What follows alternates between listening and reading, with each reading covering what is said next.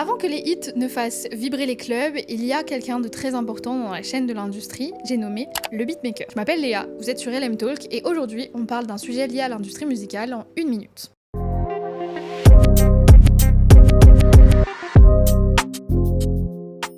En France, l'histoire des beatmakers est très intéressante et elle commence dans les années 80. Dans des caves ou des garages, des pionniers comme DJ Dynasty et Imhotep bricolent des beats avec des boîtes à rythme et des sampleurs rares. La boom bap est à son apogée et se mélange avec des rythmes funk ou encore jazz. C'est l'essence et le début du rap français dans les années 80. Les années 90 représentent un petit peu ce qu'on considère comme étant l'âge d'or du rap français, mais surtout l'âge d'or des beatmakers, avec des artistes comme DJ Mehdi, qu'on connaît comme étant un réel génie, ou encore des beatmakers comme Keops. Grâce à leur musique, les beats s'enrichissent de samples plus sophistiqués et de mélodies qui sont marquantes. Le beatmaking devient un art à part entière et surtout une identité musicale. Avec les années 2000, tout bascule vers l'ère du numérique. Avec des logiciels comme FL Studio ou encore des applications comme YouTube, la production se voit être démocratisée. Ce qu'on appelle les bedroom producers développent leur art dans leur chambre et bouleversent les codes de l'industrie musicale. L'arrivée de la trap, de la drill ou encore de sonorités plus électroniques change un peu la donne en ce qui concerne la production. Le beatmaking devient alors plus varié et les beatmakers deviennent des artistes à part entière, proposant leur musique sur des plateformes, notamment celle de SoundCloud. Aujourd'hui, la trap, la drill, l'afro ou encore l'amapiano explosent et des beatmakers commencent à avoir une identité plus qu'affirmée. Je peux notamment parler de Even Sam ou encore de Max et Seni, qu'on connaît notamment grâce à leurs tags mythiques qu'ils font chanter